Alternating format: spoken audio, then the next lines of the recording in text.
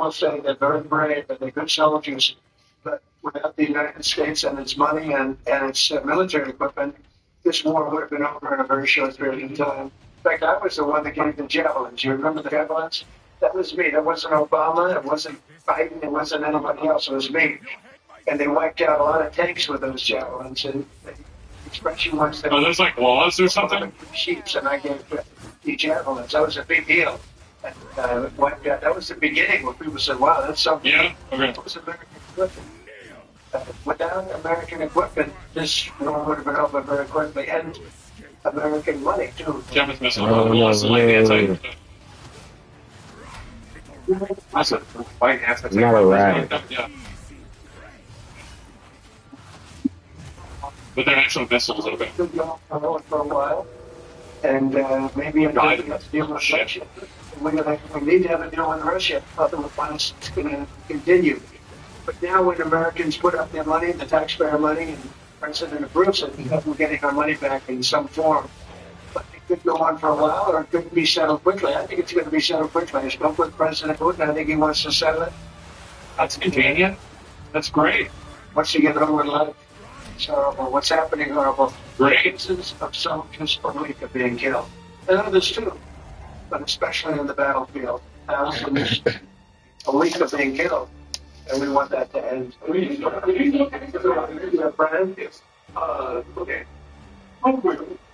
Carolina had an earthquake through that region earlier today, announcing that the WACA would not have any control over placing media in the seats. But we just want to get your thoughts on that. And also,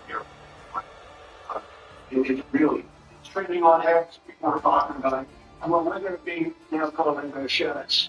As you know, we've won that most of the Season Gulf of America, which is a beautiful name. Most people agree. I don't know. It's, AP has been terrible. I think they're radical left. I think they're third-rate reporters.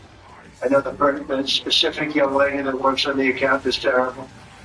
She's a radical left lunatic, as far as I'm concerned. They don't turn us down. Right. Number two, they have no right to do this. He's still got it up, right? If you look at that shoreline, Look, from Florida, most of it is called America. And the vast majority, like big numbers. So I'm just admiring it as I look at it. I'm getting teary-eyed, but I don't want you to say Trump broke down and started crying. Look at the shoreline. Look at that. It's America. I should draw attention to Canada. Yes. The last week I spent some time with two government officials and asking them how realistic into Canada would be the 51st state. And they told me there is a fact. Alberta is tourist. Wow. Saskatchewan would follow them and they go west. Wait.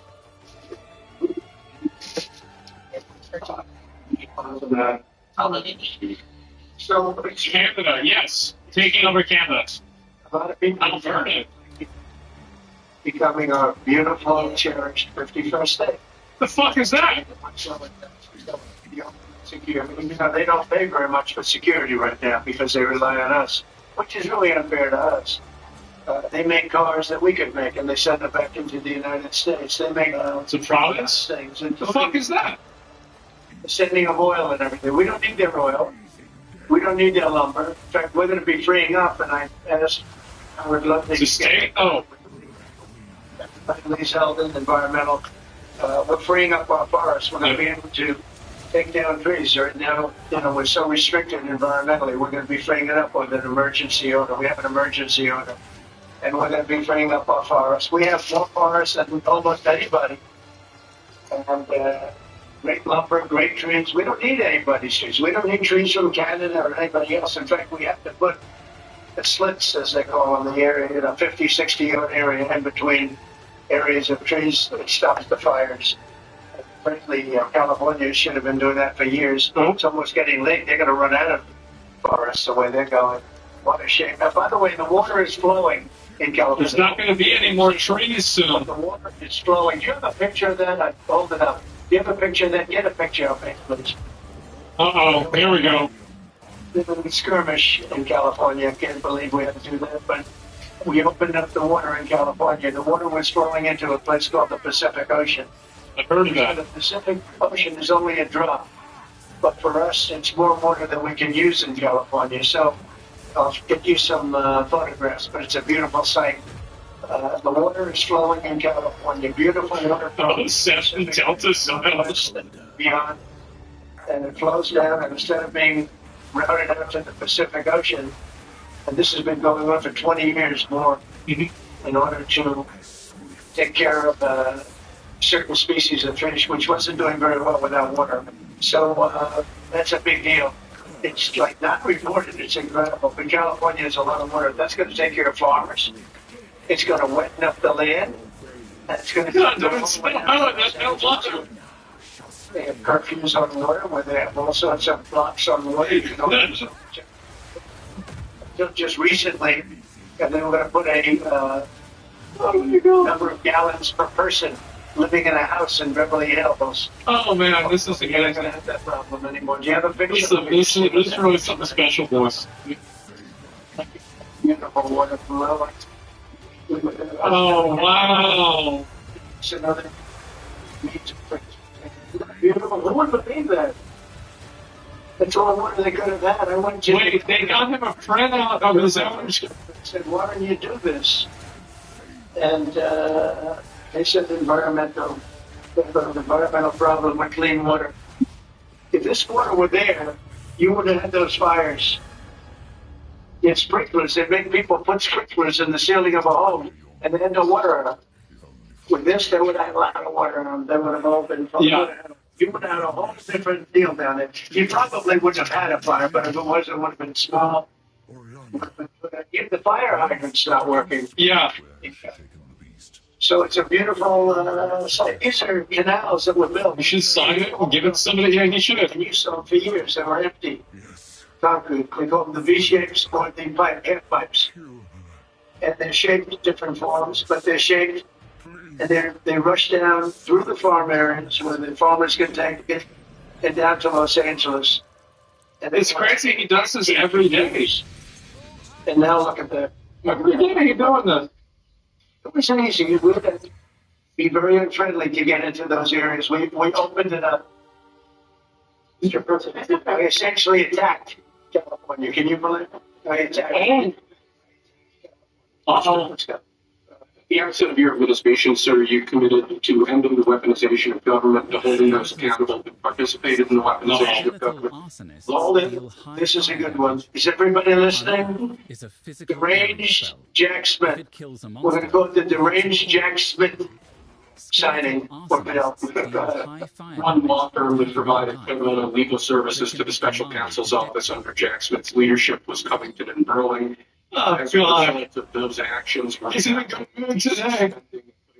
the security clearances for the attorneys and employees at that firm who worked with Jack Smith's team. And we're going to continue holding the people who were responsible for the weaponization of government who supported it accountable. You see Gulf of America? You do this with other firms as time goes by, right? We're looking at sort of the whole panoply of options. The weaponization of our system by law firms, even pro bono work they're doing just in order to plug up government, stop government. And nobody knows about it more than me. And hopefully that'll never happen again. Coming to the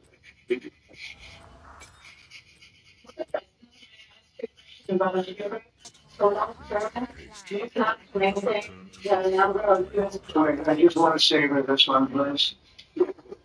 It's okay. Okay, why don't you send it to Jack Smith? A rage person. No, let me say where to target an individual firm or individual architects. Excuse me. I've been targeted for 4 years. So you're going to get the pen? That's great. Corrupt politicians for 4 years. True. 4 years after that. So don't talk to me about targeting. You guys. Simply 2 million federal employees right now. By the end of your term, What do you expect that number to be? What would you like that number? Well, it'll be long, but I can't tell you. Everybody knows I ran on downsizing government, but making government better. I ran on tariffs and making our country rich, and that's what it's going to do. We're going to be doing something else that's going to be very good. We're going to be selling a gold card. We have a green card. This is a gold card. We're going to be putting a price on that card of about $5 million, and that's going to give you green card privileges plus. It's going to be a route to citizenship. Yeah. People will be coming into our country by buying this card. They'll be wealthy, and they'll be successful, and they'll be spending a lot of money. A lot of people. And it's going to be extremely successful. That's big. It's never been done before or anything like this, but it's something that we're going to be putting out over the next, would you say, 2 weeks out? You want to? Oh, Sure. is this the America battle tax? In this country, in order to qualify for that gold card. Yeah. Exactly. The 85 program was really lending some money, but it was full of nonsense, make believe, and fraud, and it was a way to get a green card that was low priced. So the president said, rather than having this sort of ridiculous EB5 program, we're going to end the EB5 program. We're going to replace it with the Trump Gold Card, which is really a green card. So they'll be able to pay $5 million to the U.S. government, not to go through vetting. It's going to make sure they're wonderful, world-class global citizens. They can come to America. The president can give them a green card, and they can invest in America, and we can use that money to reduce our deficit.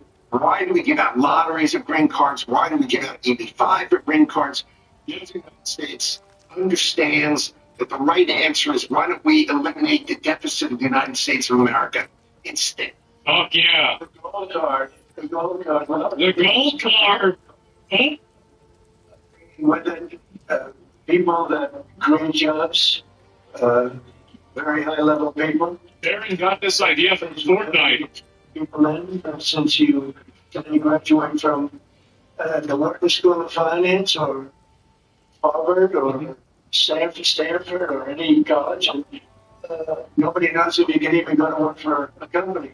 So Apple and all these companies that want to get people to be working for them will be able to buy a card. And for the people that are number one in their class at top schools, I see that as one of the things. But generally speaking, it'll be people with money and people that create jobs. And what about hot girls?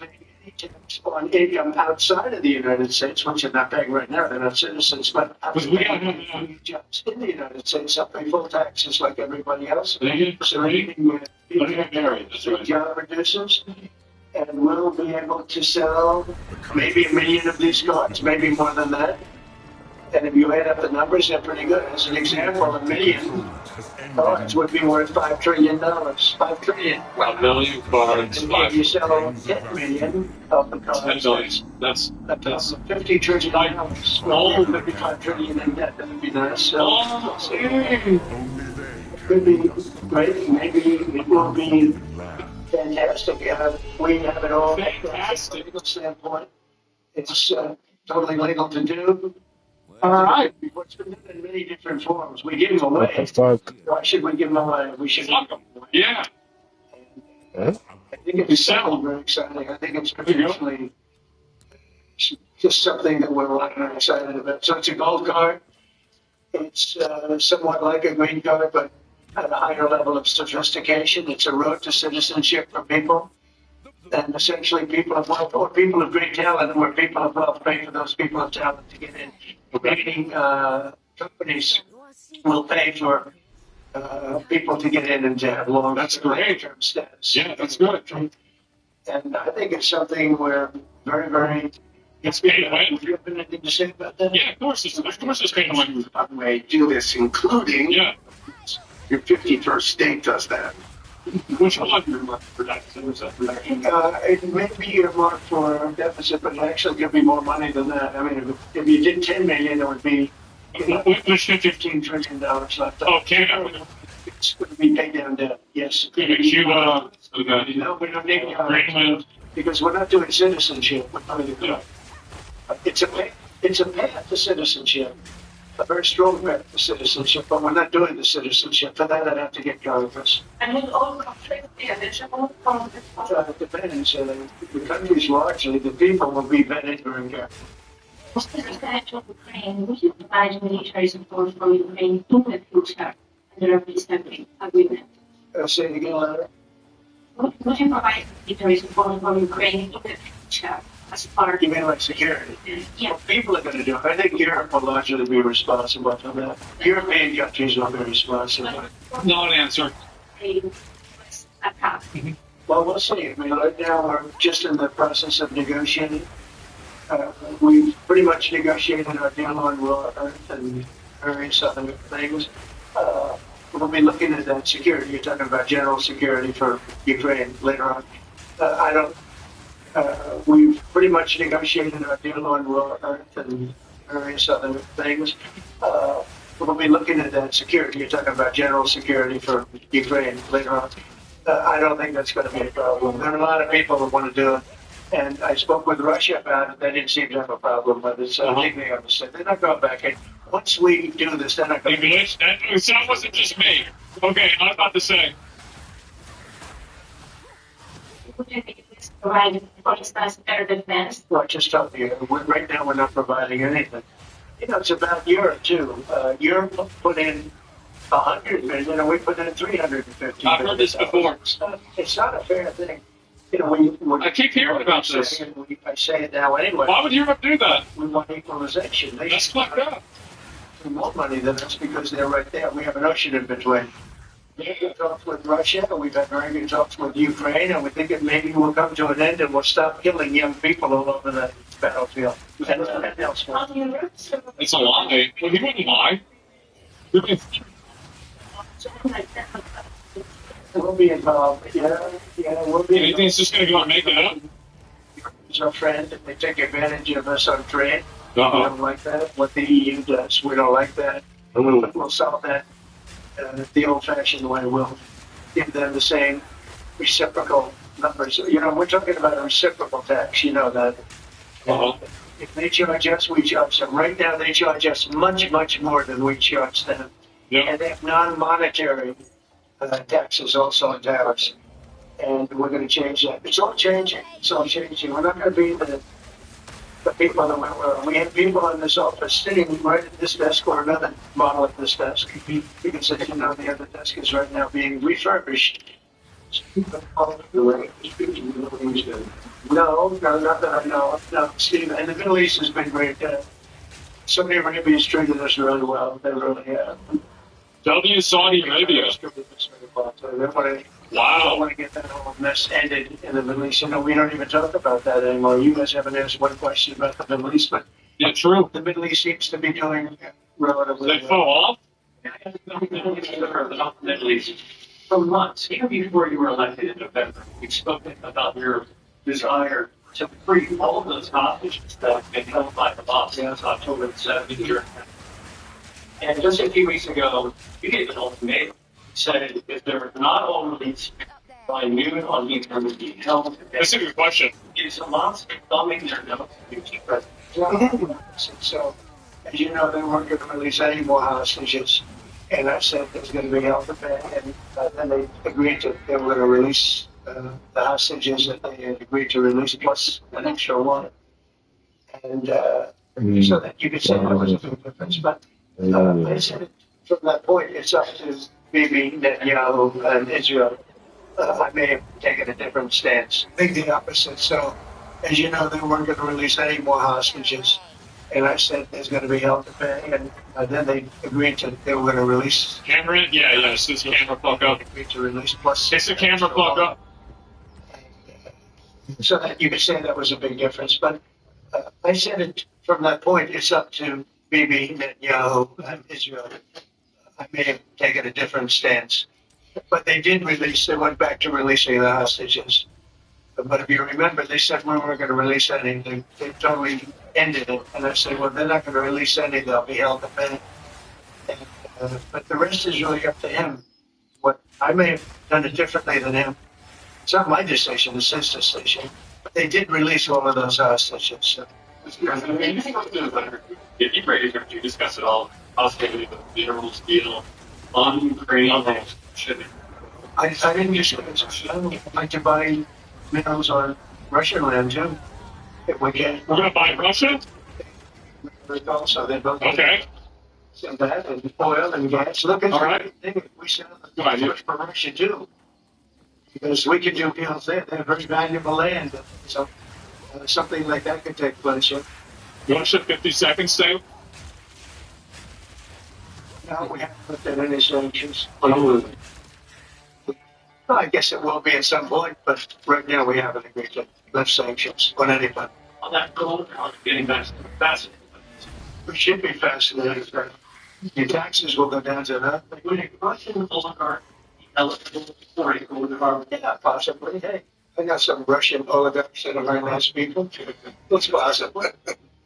They're not quite as wealthy as they they're not as wealthy as they used to be.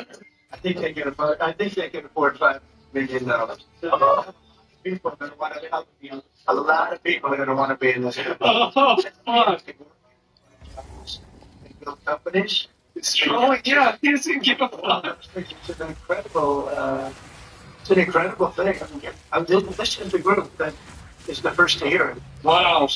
Nobody ever thought about it. Why are you laughing? This is our president? That's the funny part. Last week, and I was going to announce it sometime next week, and I figure why not? We have a lot of cameras blazing right now. We might as well do it now. We'll have Caroline announce it the next time.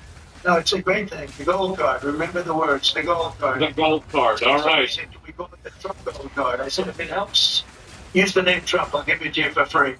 I'm like, Man. I know. Isn't it interesting how many stories we can tell? Turn out to be true, and they all turn out to be ultimately correct.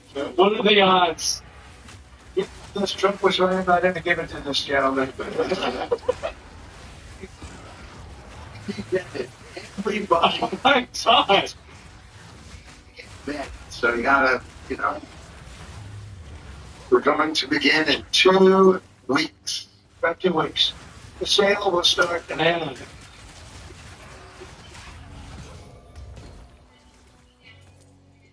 I hope so. I mean, look, I think that we want to get that country back on its feet. Right now, it's such a story. I know some nice Russian oligarchs.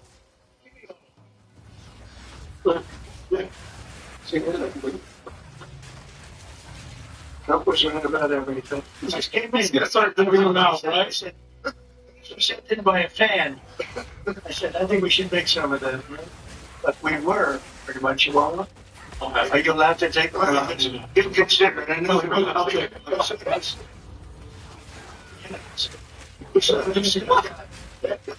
Things, but not a free hand.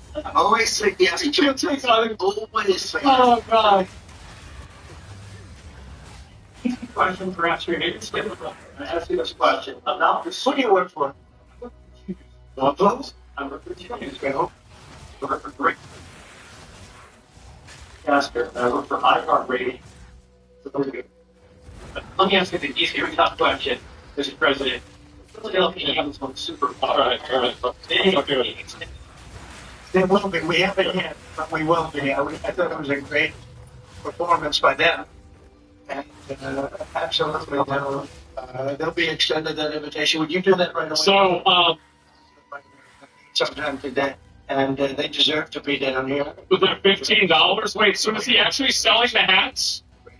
But Florida come. So is he selling the hats or not? Many of the great athletes come. We're selling the hats. Okay.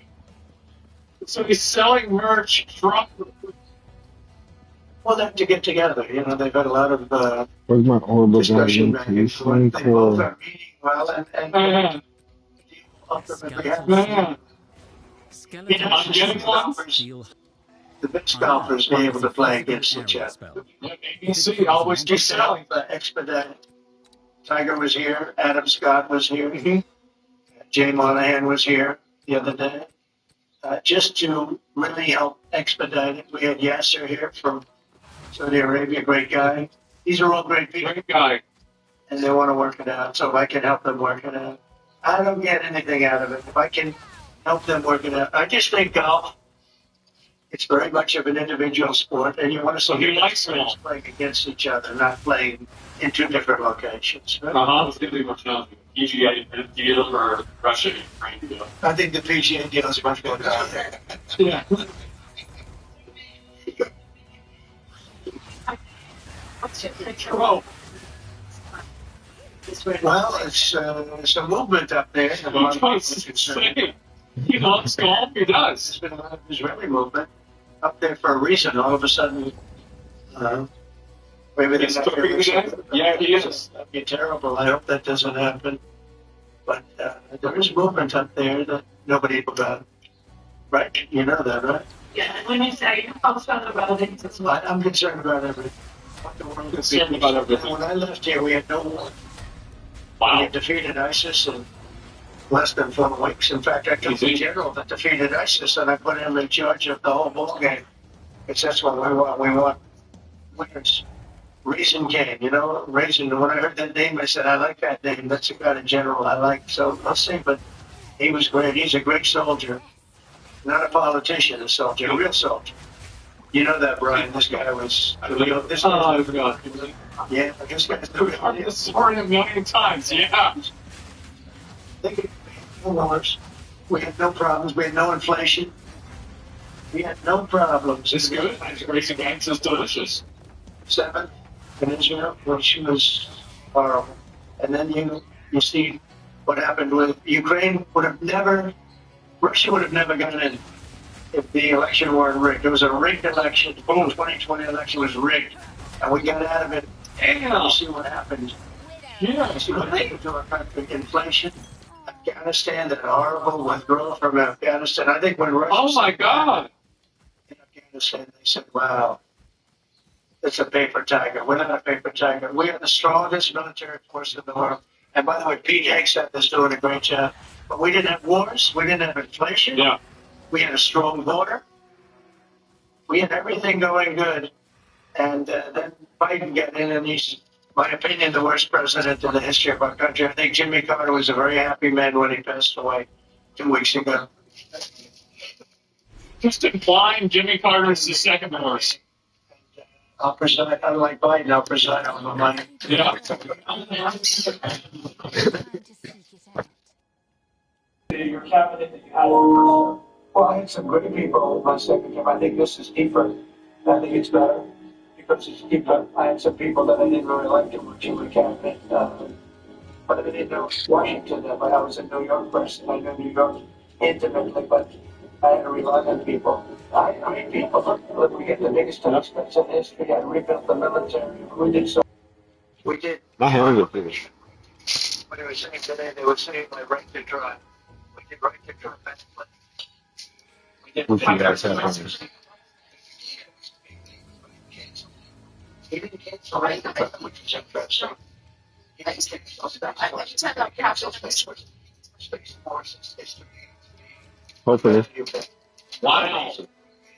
They're trying to shut down the Space Force? We built an entire change up a little bit again because of what's happened. Now, this was a grossly incompetent administration. The only thing they were good at was cheating in elections and the weaponization of government. Thank you very much, everybody. It's not so good.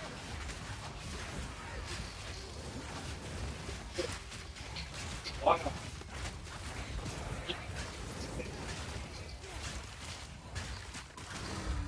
Just listening in there to those comments, those executive orders from Washington, D.C. with President Trump. Some very big news coming out of this here all live now. Oh my God. Very, very closely. Wow. So we have a new gold card. Russian oligarchs can get it. There are a lot of nice Russian oligarchs. Trump is selling hats that say that he was right about everything. And the Gulf of America. Oh, and apparently fish don't do so well when they don't have water. It's just another day. It's just, hey, yo, it's just another day, boys. That's life. Why was RFK there? they need to pass an executive order that makes it to where you can't sell bottled soda with high fructose corn syrup. You can only do it with pure cane sugar. So they need to get that, like, because they could probably do that like probably a week, right? Something like that. I think that's all would be fair. Yeah, and why not? Why not do that? I'm really curious if you agree with the gold card specifically. I don't think it's, I'm like, off the top of my head, I don't think it's a bad idea, because, like, we let people do this already. He just increased the ceiling for it, or the floor, right? Yeah, it already existed. Like, if you invest into the U.S., you get effectively kind of a green card anyway. They just increased the price more than anything. So, yeah, I don't think it's bad, but I don't know. I mean, that's where I'm at right now. I don't have, like, a crazy opinion. So, yeah. And Skyrim on the streamers, yeah, it's good, man. That's great. And what new content will be in the Space Force that? Well, they need to put the Marines on the Space Force so we can have Space Marines. And so that's really the next step. I think everybody knows that. I mean, it kind of goes without saying, but yeah, it does know that. Do you think what's this here? The visa will be loaded over people before they bring in immigrants? They got cards free. Why the fuck would we bring in people for free if we can get them to give us $5 million? What are you, retarded?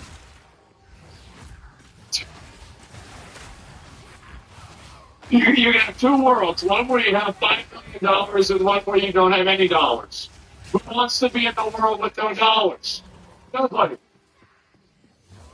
Fucking nobody, let's be honest.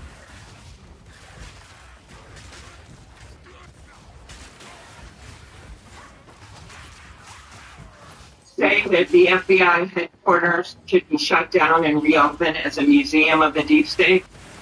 The chairman will be allowed to go an extra time. You get a second round. Before I call on Senator, Could he just answer the question if he said that the FBI headquarters, where they investigate cybercrime and terrorism, should be shut down and open as a deep state? Mr. Chair, Did he say that the headquarters should be shut down? I think he did say that. He's head of the FBI, and he said that their headquarters should be shut down. this is your parliamentary inquiry. You got anything you want to say, Mr. Bell, before I go on to Senator Lane? Simply this. This attacks on me are to be false accusations, grotesque mischaracterizations. The only thing this body is doing is defeating the capability of the men and women at the FBI. I stood with them here in this country. In every theater of war we have, I was on the ground in service of this nation. And any accusations leveled against me that I would somehow put political bias before the Constitution are grotesquely unfair. And I will have you reminded that I have been endorsed by over 300,000 law enforcement officers to become the next director of my Mr. Chairman, I am quoting his own words. No, Years later, himself. could be in a year or two. What you just said. Okay. Before I call Just parliamentary inquiry, and it was on time. It wasn't disputing any of the debate, but I intend to keep to my 7 minutes, and I appreciate you keeping it. We go over, do we have that decrement against the time in the second round? Boom. If a member goes over, that was actually 10 minutes, Mr. Chair. I'm not sure that I want to. Sometimes it's faster to get things done here, just letting people shout and it does to shut them up. Mr. Chair, you're a wise man, Mr. Chair. Thank you.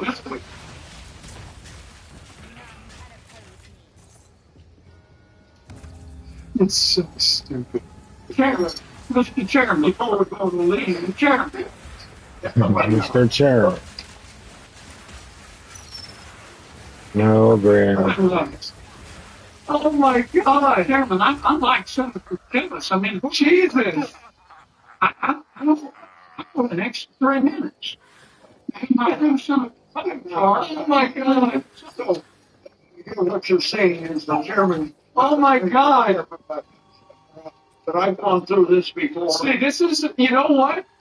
This is, I think, what they were talking about like the federal government wastes a lot of time and money.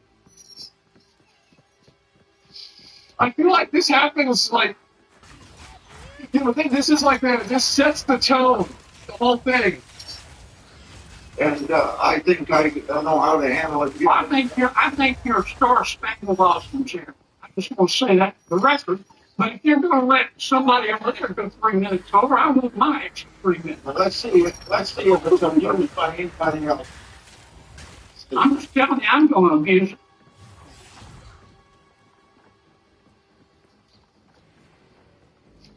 I never listen. Oh, God. Oh, my. Look at what you don't cause. That's your fault.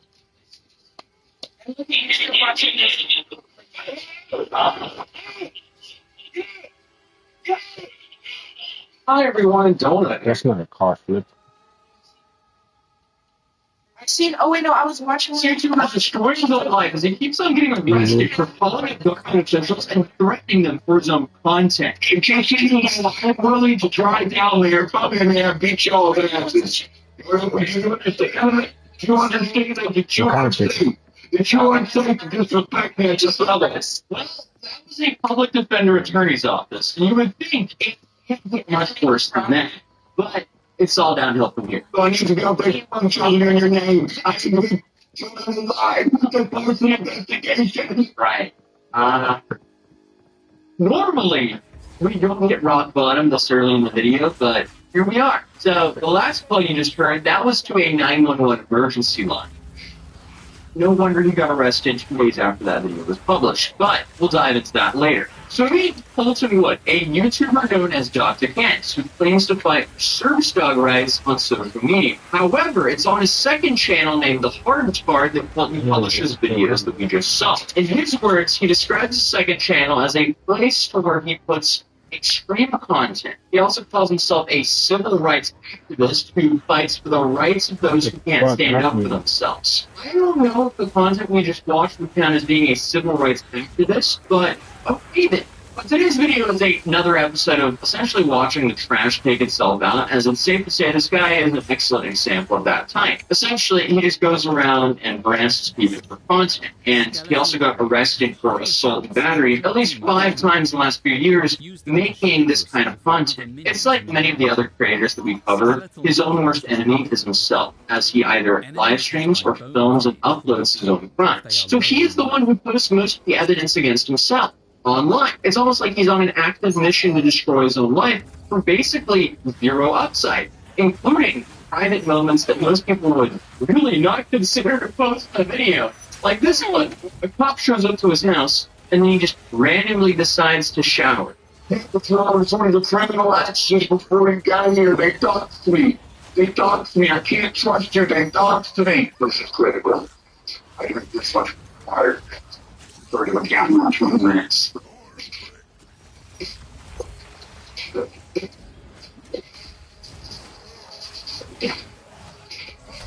Yeah, the camera was just rolling for about 2 minutes, and he just left it in the video. I guess he just doesn't know how to edit and just sends the footage as is. But again, he refers to himself as a civil rights activist. However, calling him that just isn't the right thing to do, because if you watch his content, nothing in it has anything to do with really being a civil rights activist. The dude quite literally does the opposite. His channel has more than 1,000 uploaded videos, and many of them, all we see is Fulton threatening people, not only government agents or government officials, but citizens, everyday people, both by the phone and in person. And I guess he's kind of become a meme on Reddit, as most people call him a First Amendment auditor over there, which I guess is a person who records their interactions with government employees and officials in public spaces as part of a social movement that aims to protect the right to record and photograph in public. So basically, they enter public spaces with cameras and start filming without identifying themselves, asking random people questions, just trying to provoke something, and of course when the police show up, they film everything. In theory, they do this to test to see if the government respects the First Amendment rights of the public, but in reality, most of them are just harassing the police and citizens for a paycheck at the end of the day. For example, there's a video where he's in front of his own home with his motorcycle and a bunch of other stuff. So the homeowner comes out and asks, hey, can you move your stuff, motorcycle back, because apparently you're disturbing him. Oh. This is my mother. What's up, bro? She told me I can't park here. Then I like live in the right area or something. I'm not out of the house, though. Not in your house. I'm pulling sidewalk. Then I call the Orange County Sheriff. Okay, you go ahead. Yeah, you go and call the sheriff's department. Any normal human just doesn't want that much confrontation, so say, oh, my bad, move the bike up the street and avoid a situation. Instead, this is him. Now he knows he's in the legal right, so the first thing he does is call the police. Don't take respect to me. You can't come over here talking to say anything to me because you don't live here. All you ask you to do is move your motorcycle back. So if we got a problem, you got a problem with me, then I got a problem with you. We ask you now to move your motorcycle back. I live here. So if you don't want to move back and you live down the street and you cause a big problem, I call Orange County Sheriff. I'm calling him right now. Too late. He opened the door. Yeah, hello?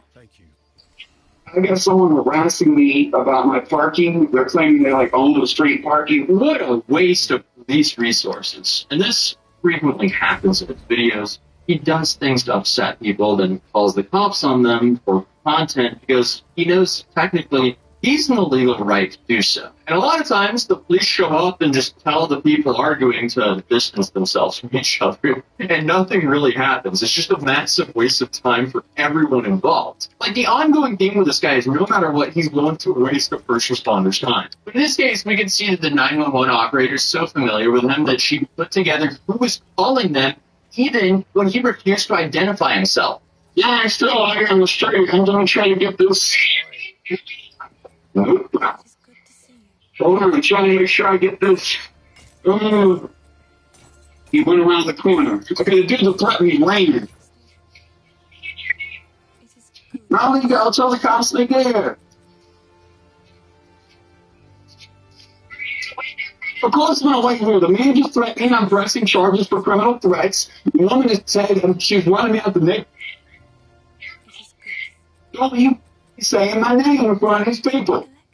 Again, I love how the dispatcher recognized him by his voice and then could tell right away who she was dealing with. But things just get so much more bizarre, because for a while in some of these videos, it seems like he was actually homeless. Not for a lack of resources, but as an option because, in his words, if he got an apartment, the police would come and arrest him. And then according to him, he would then lose everything. But at the same time, he has a Suzuki Katana.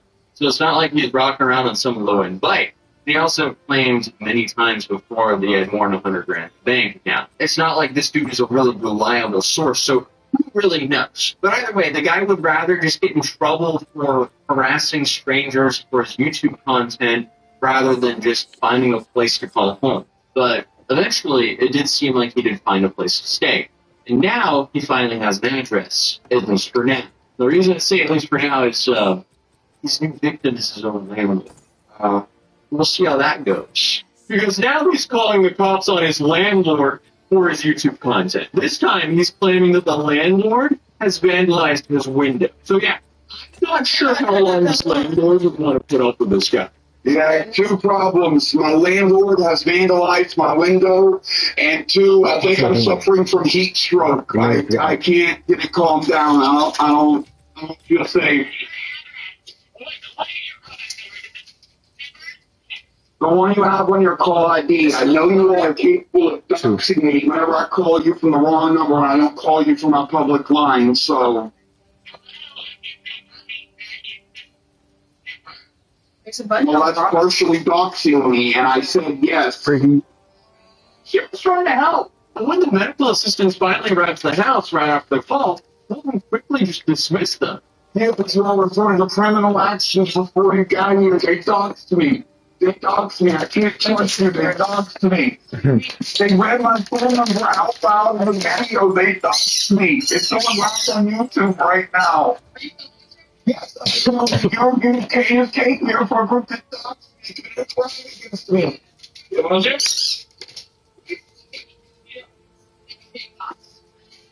But They doxed me, so I don't get medical treatment. Dude, you are doxing yourself. They are simply just doing their job. You're the one who's choosing to film and upload this. Again, what a massive waste of emergency resources. Yeah, well, I don't have that option right now. I don't feel safe. Okay. Anything we can do for you? Stop doxing people. It's illegal. It's rude. Now I'm scared over here. Okay. Ask you a couple questions for me. I don't think I should answer any questions without my lawyer present.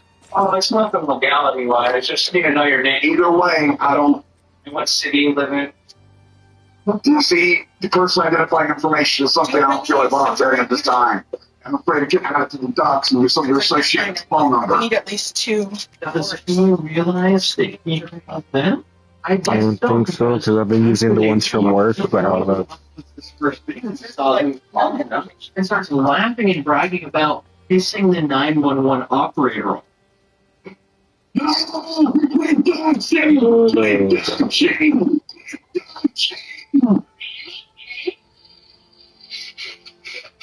Got it.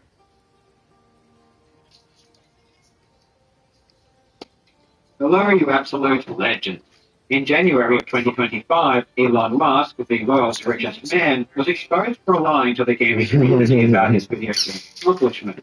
In December, he had posted to Twitter numerous times on his old account, bragging about all of the work he put into his Path of Exile 2 hardcore character. On hardcore mode, if your character dies a single time, the character is lost forever. So getting to a very high level is a difficult task, and Elon was very proud of himself for how far he'd gotten.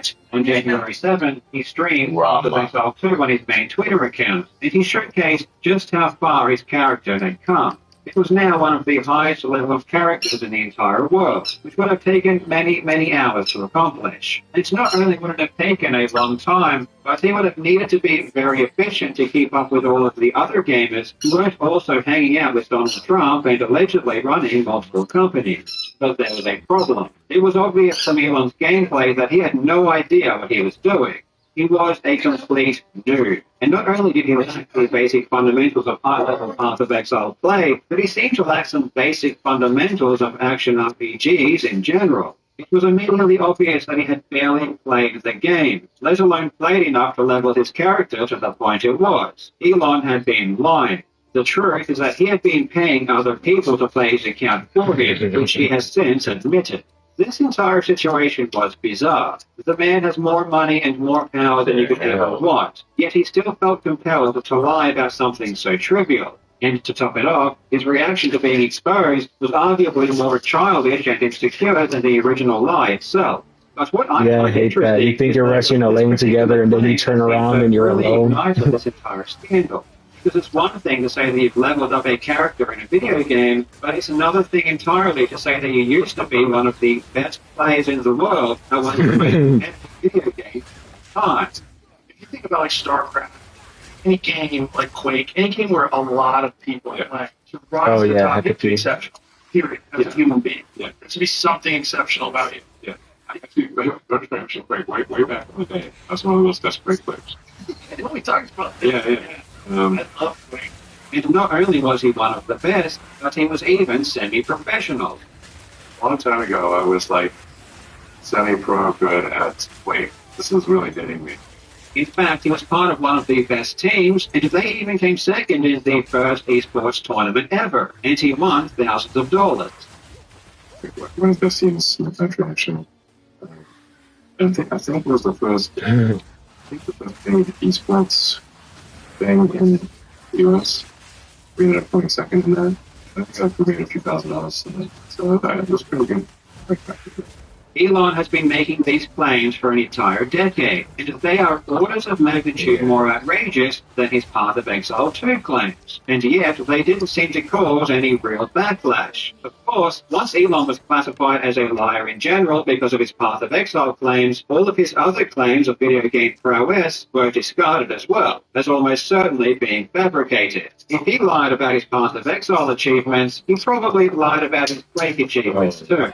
But that wasn't good enough for me. Yes. Elon made very specific claims about Quake For the history. skins. He pointed to a specific tournament that occurred around a certain time period, and he even gave an exact prize amount for second place, which if true would have been the biggest prize pool in Quake by far for the time. If this tournament existed, it would have left a footprint. However, if you just search Google for the supposed tournament, you will find nothing. There are multiple websites chronicling the history of Quake multiplayer, and they all list the major tournaments, but Elon's tournament is nowhere to be found. Honestly, I was ready to make a public statement that Elon's Quake claims were completely false. But then, out of nowhere, I found a crumb. A single breadcrumb that eventually led me all the way to the truth. In today's video, we will examine, among other things, Elon's claim of being one of the best Quake players in the world. Is No, I was going to play it, untrue, but I or is passed there out even a way hint of before substance that. to what he said? Let's find out. I really hope you enjoy. Now, legends, this video is sponsored by the military online game War Thunder. And when it comes to vehicle combat, War Thunder is the most comprehensive game ever made. Available on PC, consoles, and now mobile. Take control of over 2,500 tanks, planes, helicopters, and ships from 10 of the fiercest armies of the last century. See technology advance from the 1920s all the way through to these super high-tech weapons of destruction we see today. Each vehicle is finely crafted to be as realistic as possible, and when you combine that with incredible graphics and authentic sound effects, you get one of the most immersive combat experiences you'll ever find. Personally, I find air combat to be the most thrilling part of the game, and the controls are so easy and intuitive even with just a keyboard and mouse. There is a good reason War Thunder has over 70 million players. There is simply no better game suited for fans of military history. Play War Thunder for free on PC, PlayStation, Xbox, and mobile now by using my links in the pinned comment or video description. New and returning players that haven't played in 6 months on PC or console will also receive a massive bonus pack that includes magic multiple you're premium using. vehicles, the Yeah, exclusive basically. Liberator Eagle of Valor, 100,000 Silver Lions, and 7 days of premium account. It's available for a limited time only, so be quick. I have no clue. Actually, I don't play video games. Yeah, maybe one of the best Quake players. Actually, won money for it. I think it was the first esports tournament in the US. Elon has claimed many times that he was one of the best Quake players in the world, and his evidence to back up this claim is always the same. Elon states that he was in a team that came second in the first paid national esports tournament in America. And a really long time ago, I was one of the most best players of Quake. It was like the first esports tournament in the US, so they played it was. And we came second in that tournament. It was in like 96 or 97. The one point I was quite competitive at Quake.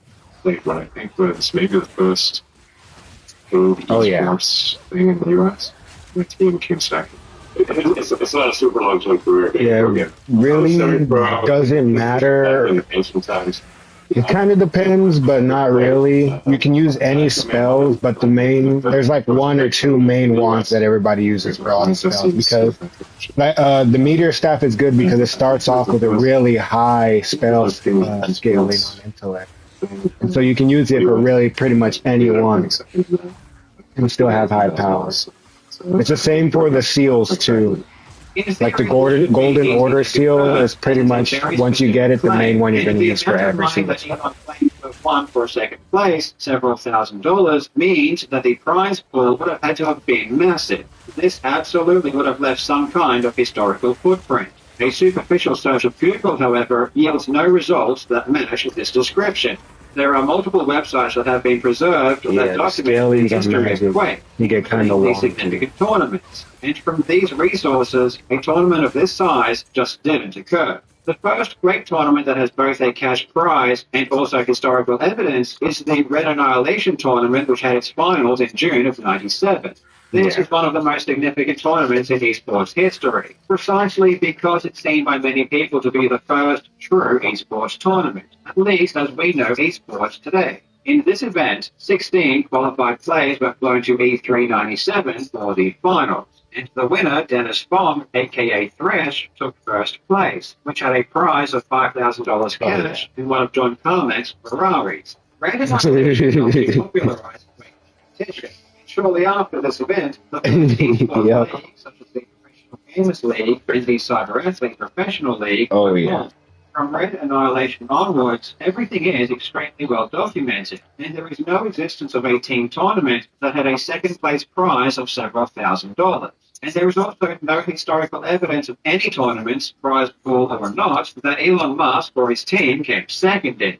So if Elon did win anything, it must have been something after Quake was released in June '96, but before Red Annihilation. As long as you have the stats, it doesn't matter what staff or what skill you use. If you have the stats, you can cast any. Tournament really depends on your own definition of what esports and pay means. The reality is that people have been competing in national tournaments in video games and receiving money from it for decades. For example, in 1980, there was a National Space Invaders tournament where thousands of people competed. The regional winners were awarded $150 each. I don't remember exactly where. It might be Caleb, but I know you have to fight one of those. No,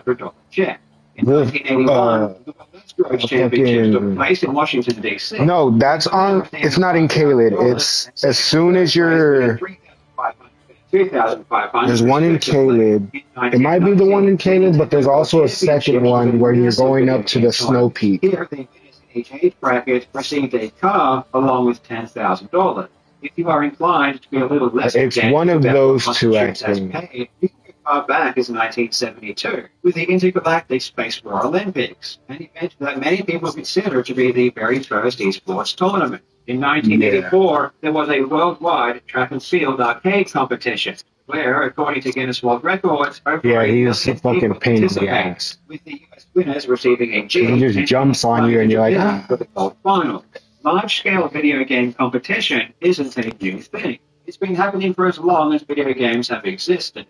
For the sake of argument, let's accept that none of these count because they don't fit the modern definition of esports, which generally involves complex player-v-player combat where you can directly interact with the opponent. In my opinion, modern esports first developed with fighting games like Street Fighter II. In 1991, Midway sponsored a tournament in California, flying the regional winners to San Diego for the finals, where the winner earned a Street Fighter II cabinet. In 1996, the Battle by the Bay was the first yearly tournament that would later become known as the Evolution Championship Series, or EVO, which now hosts the biggest fighting game tournament in the world. And of course, we can't forget about Quake's predecessor, Doom, which spawned the concept of deathmatch. In 1995, the year before Quake was released, there was a tournament called Deathmatch 95, with the finals taking place at the Judgment Day event organized by Microsoft. The actual for the World Championship was very, very cool. It's like very nice. My favourite, not like yourself, we were following a bit of a British bag to it.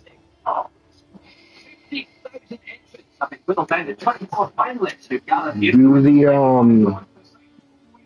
the quest with I forgot what his name is, but the dude with the two faces on his armor. Yeah, to get the rose petal whip. Going from playing largely at home to a stage at Microsoft, not just like any tournament, like a real World Championship. Probably the first event. The winner was Thresh, the same player who would go on to win Quake's first major tournament, Red Annihilation. Winning Deathmatch 95, Thresh received a new computer valued at around $10,000. These first esports tournaments didn't usually award cash prizes, because at the time it was hard to get sponsors who would fork over straight cash.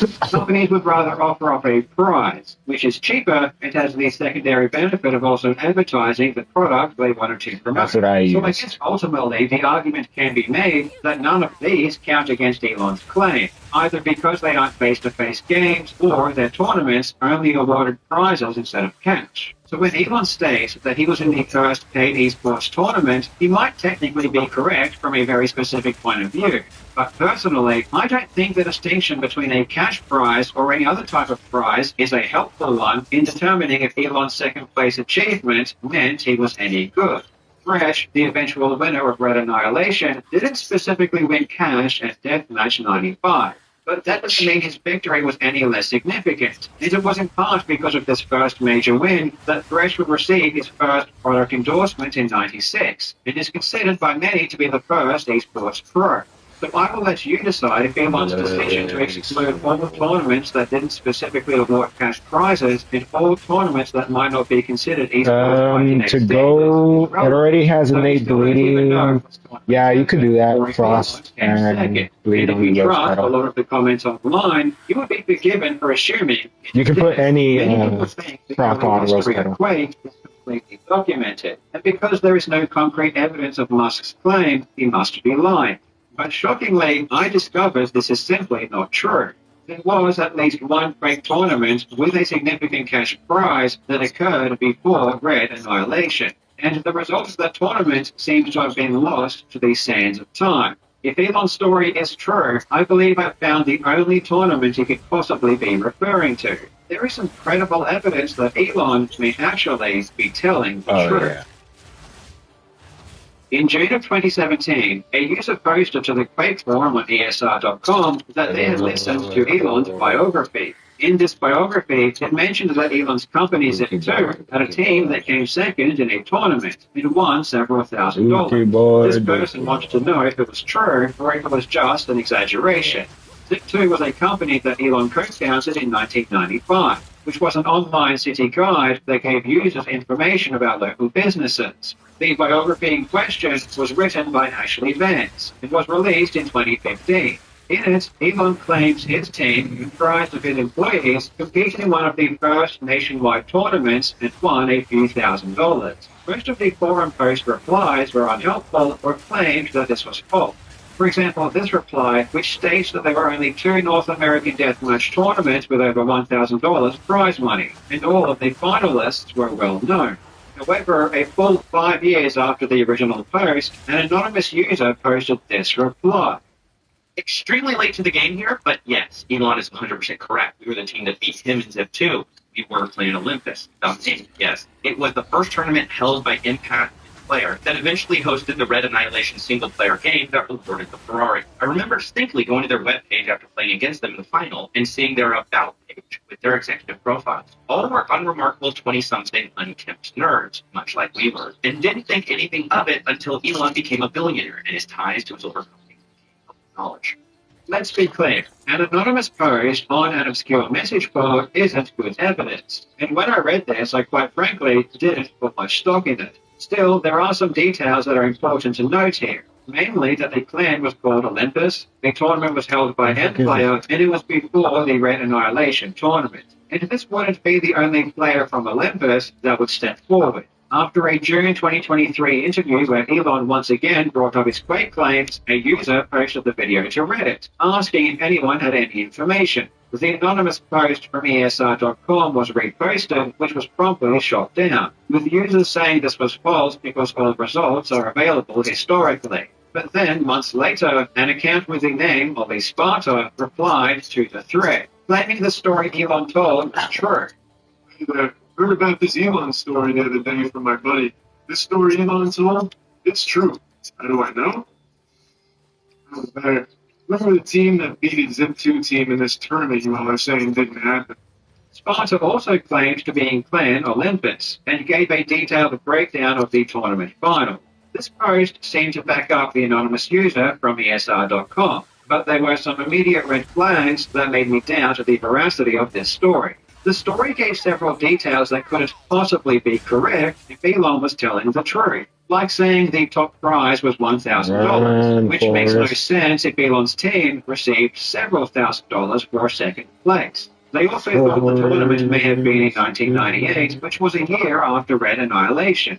Sparta would continue to post replies, and his timeline of the tournament eventually returned to believable territory, clarifying that the tournament happened in 96 or 97, and that Red Annihilation happened afterwards.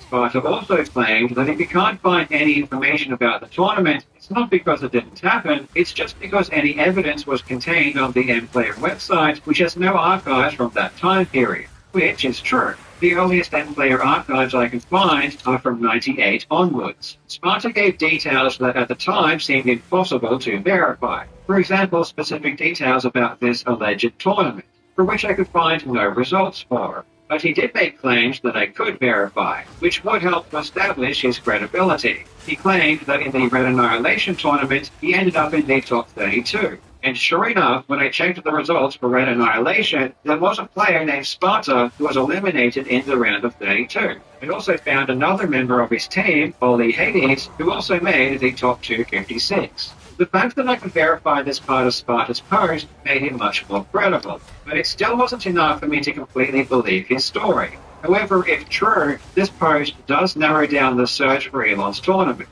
Both the anonymous user on ESR.com and Sparta claimed it was on MPlayer, so that's where my attention focused.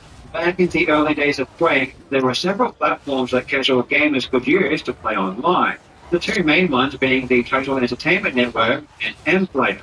These platforms allowed people to quickly and easily play Quake and other multiplayer games against other people over the internet, and they would charge players a monthly fee to use their service. MPlayer launched in late '96, and as I mentioned a moment ago, we have no archived pages from that time. So any news about any tournaments from MPlayer itself has been completely lost. But as I said, at the time, there were many various websites that posted fake news. MPlayer had just launched, and in an effort to grow their brand, they advertised in different ways, including full-page advertisements in gaming magazines. So I searched every Quake news site that I could find for any reference to MPlayer around this time, hoping that this tournament was advertised in some way. One particular website, bluesnews.com, is especially helpful because not only did it post Quake news around that time, but it still has its full archive available, going all the way back to 1996. And lo and behold, searching for references to MPlayer, I found a post from January 3rd in 1997,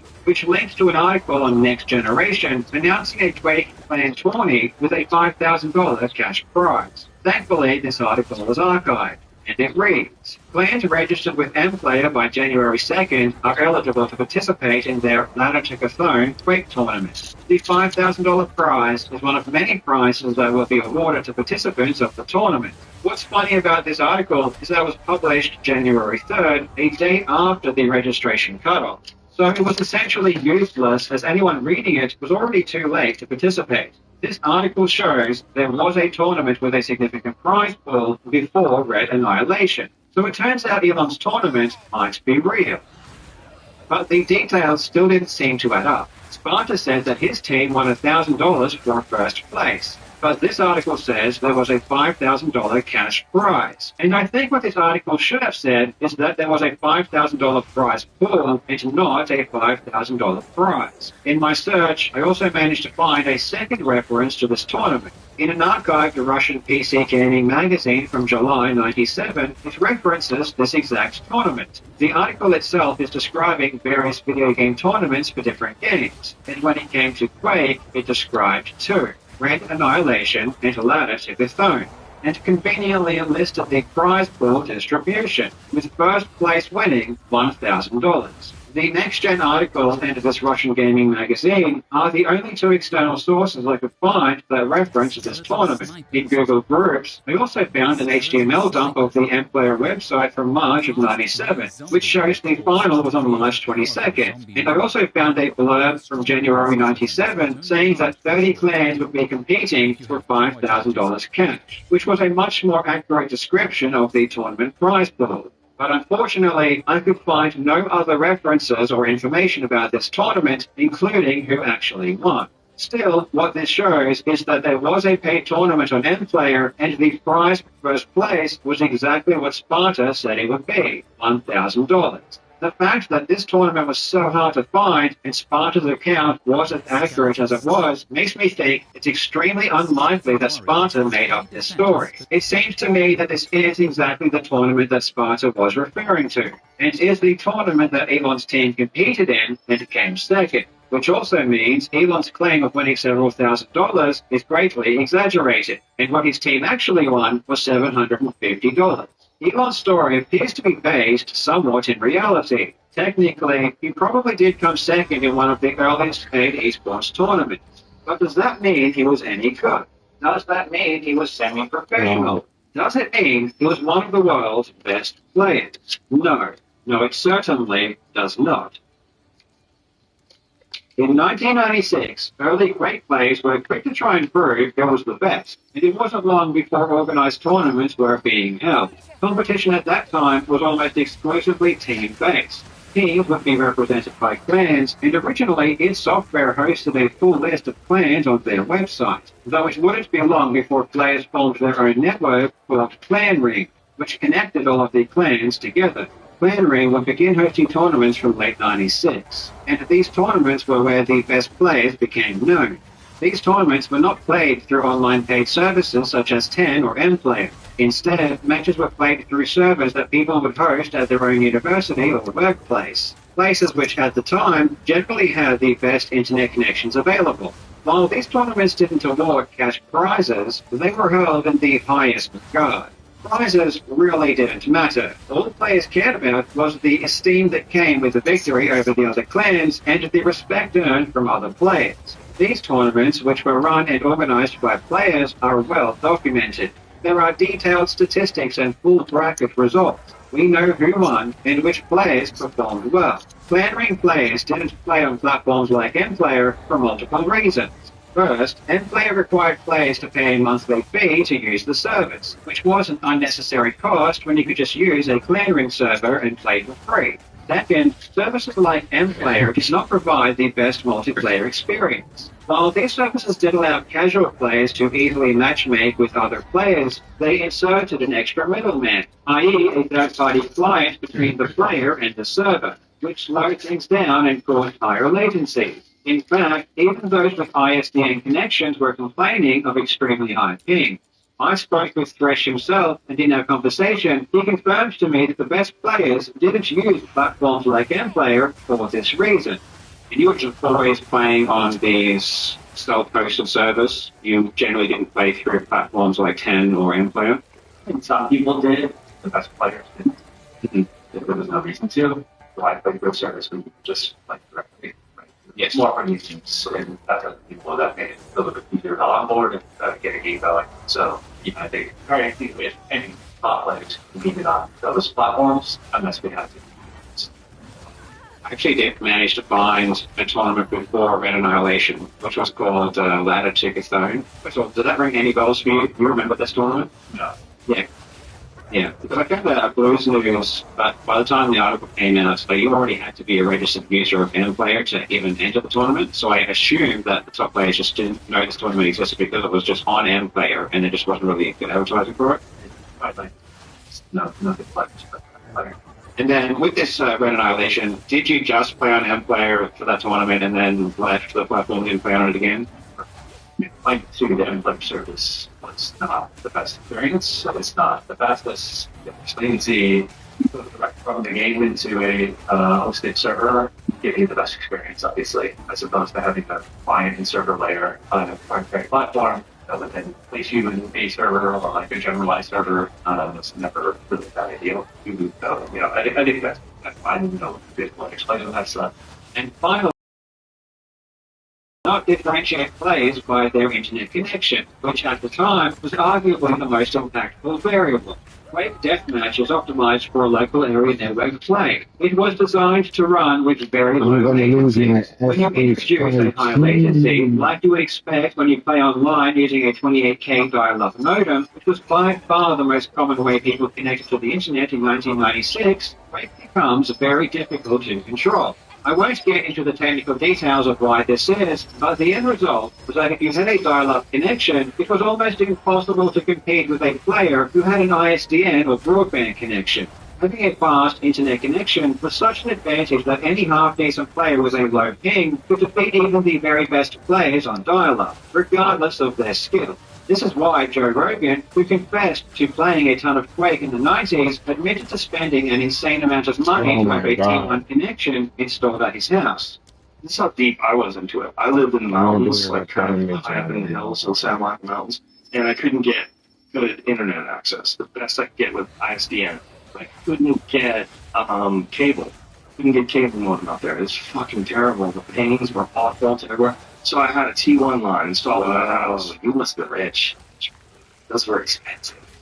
Yeah, but it was worth it to me. It was a 1.44 megabit line. Yeah, it was like $10,000 a month. It was worth it. Did you really buy a T1 like house? I installed in my house. How did you get how could you on TV? Oh, you did a TV stuff. I was on TV. Wow.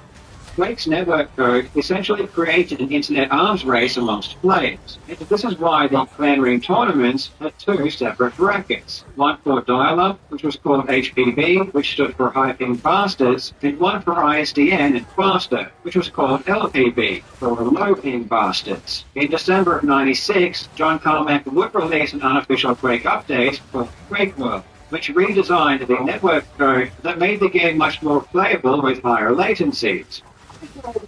Basically, my research project into extending network play aspects of Quake. The first stage of it that we're in beta testing right now, we're about ready to release, is a new network protocol that provides lower latency tolerance for the client, so there's less lag, and the network play is more robust in handling of problems along the connection. None of this is really relevant to Elon, however, as Quake World wasn't supported on M-Player until late '97, and these early M-Player tournaments were all played on the original release of Quake. When it was announced that the qualifying stages of the Red Annihilation tournament were to be played via M-Player, this made a lot of people upset. Due to the fact that M-Player was not an ideal platform for competitive play, it didn't separate players based on their internet connection, and it didn't support Quake World, most players simply had no chance of performing well. Players with broadband or cable connections had an insurmountable advantage. It's worth noting that despite the general dissatisfaction at the way the Red Annihilation tournament was run, when it came to who actually made the final top 16 that was flown to E3, every single player was an established Clan Ring competitor, which proved that Clan Ring did indeed house the best players on the planet. And when they did come over to M-Player for this one particular tournament, they dominated. Of course, on the flip side, the situation was fantastic for Elon Musk, and his prospects for winning the earlier tournament ladder took a throne. Elon's company, Zip2, was a thriving internet company, which required the best internet connection available by necessity, a connection that he and his employees would use while at work to play Quake.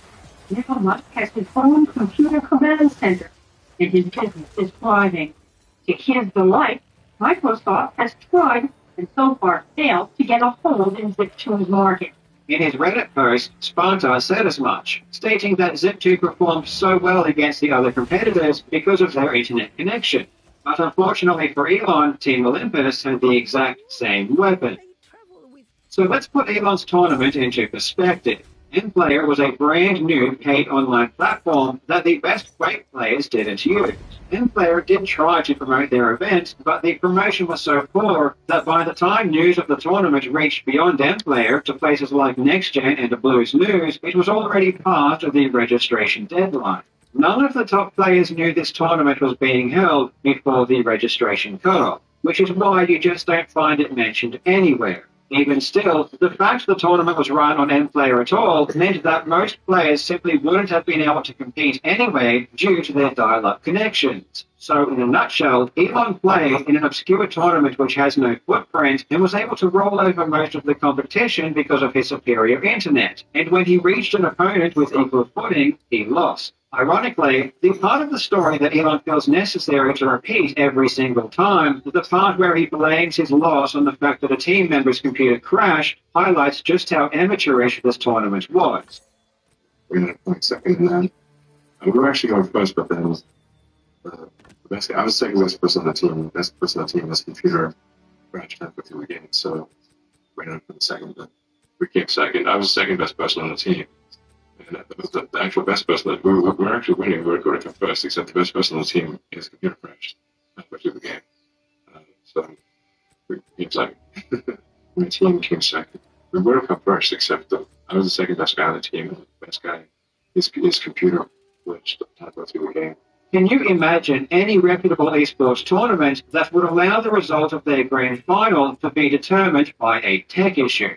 Clearly, M-Player did not take this tournament seriously. It was merely part of an advertising campaign to try and attract new players. To then go on to claim, because of this second-place victory, that he was one of the best Quake players in the world is honestly pretty insulting. If you want to compare teams with some actual data, I found that Elon's Zip team had 2 players reach the top 256 in the Red Annihilation tournament.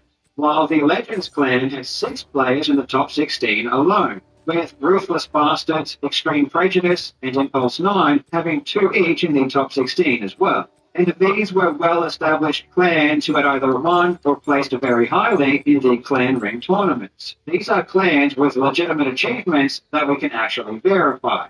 The truth is that Elon was not very good at Quake, and while his team may have come second in a tournament, the circumstances surrounding that tournament make his victory completely empty. But don't just take my word for it. There is someone else who was around at the time, and who remembers playing directly against Elon Musk himself. In a 2020 podcast, Thresh, the very same player who won Red Annihilation, and who was by all metrics the best Quake player in the world at the time, said Elon wasn't very good.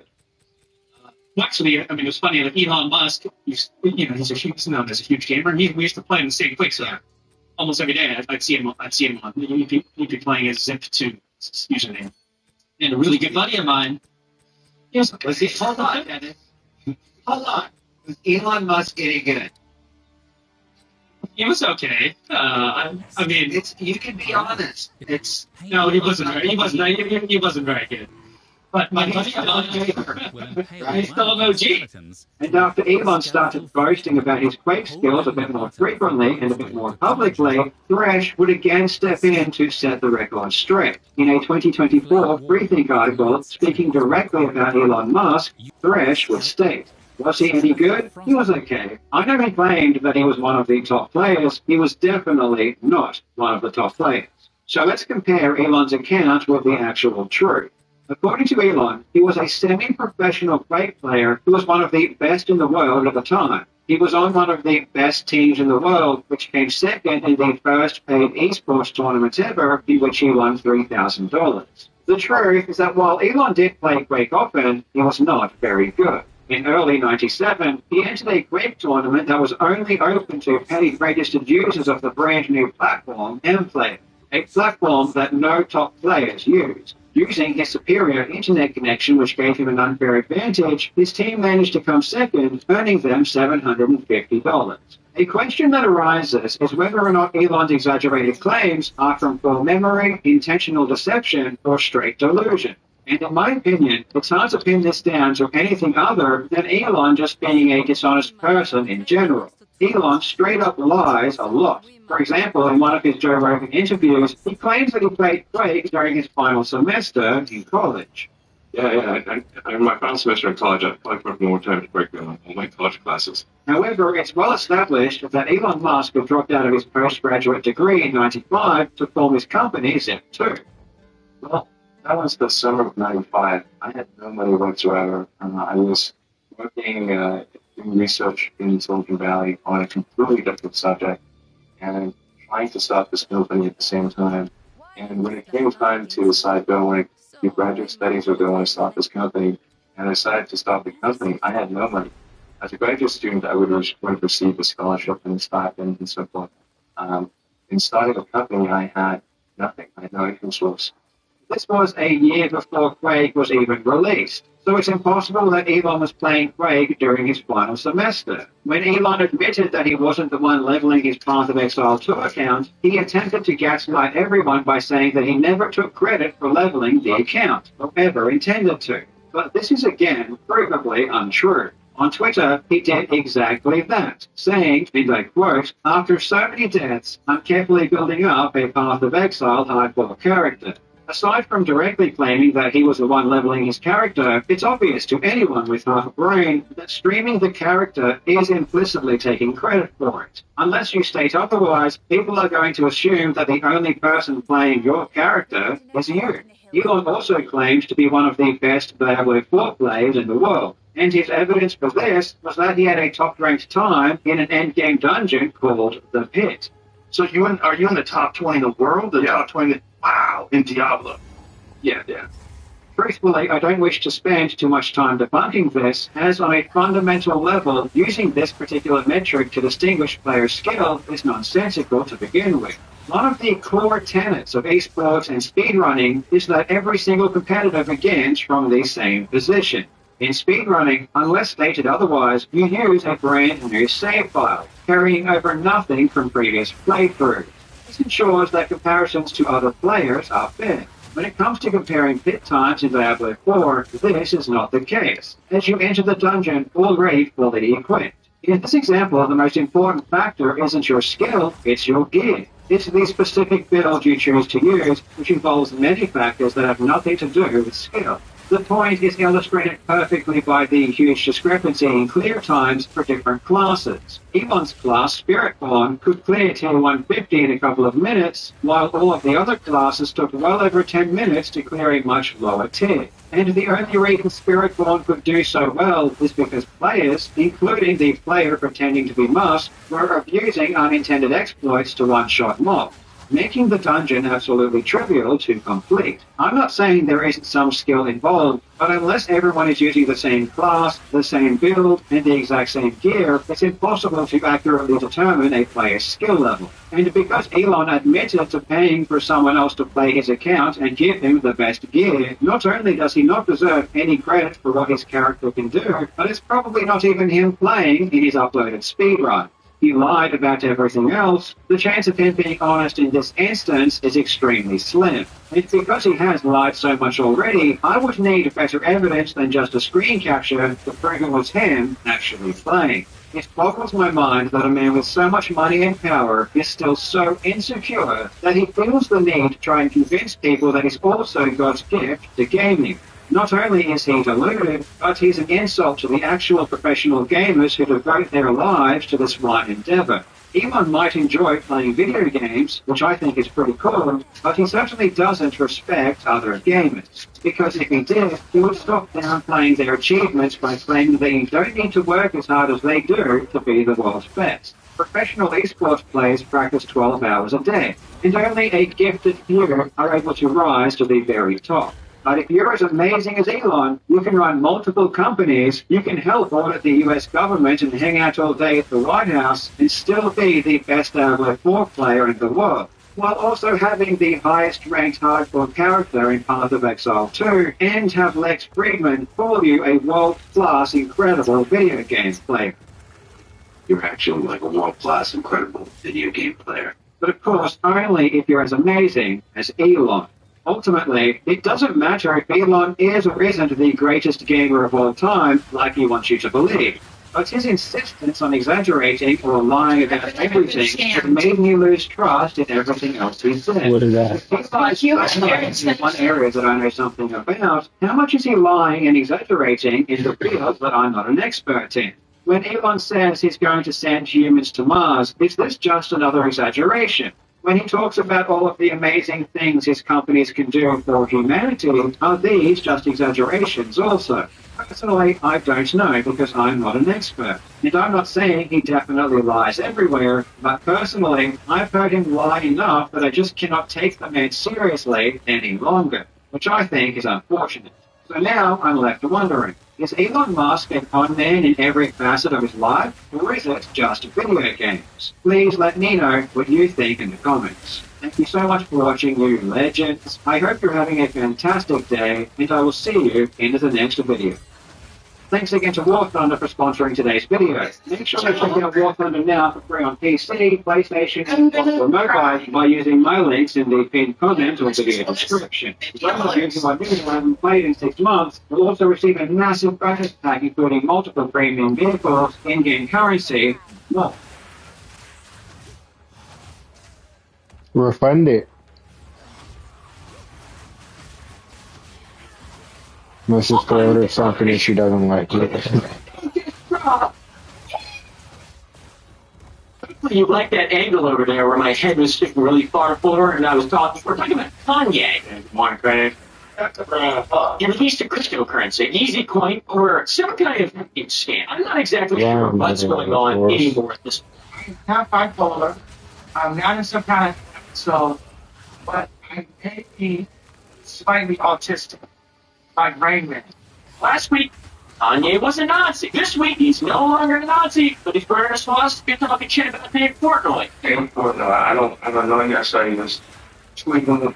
I have no idea who you are. We're just going back and forth again. But when you come out telling people that my Bitcoin is not real and trying to play my money. That's the last time that we're going to be talking about The internet is very entertaining right now, and I've never seen such insanity. I mean, I've never seen such insanity. What is going on? I guess I just haven't been online. I haven't been online in the right spots. And you go to X, and it's like, huh? You what? Rumor is Kanye, first human alive, may be launching a scam meme coin and morons will buy it. Crypto has become trash in a very short period of time, and watching Kanye become a part of that is really quite a sight to see. This video is about Kanye, though, by the way. Fortnite boys, I'm gay, I like toys, I kidnap autistic kids. You weren't aware of that. The Nazi Kanye. I'm not going to say what race, what people, doctor, and what hospital, and what media went to. We know I can't say that.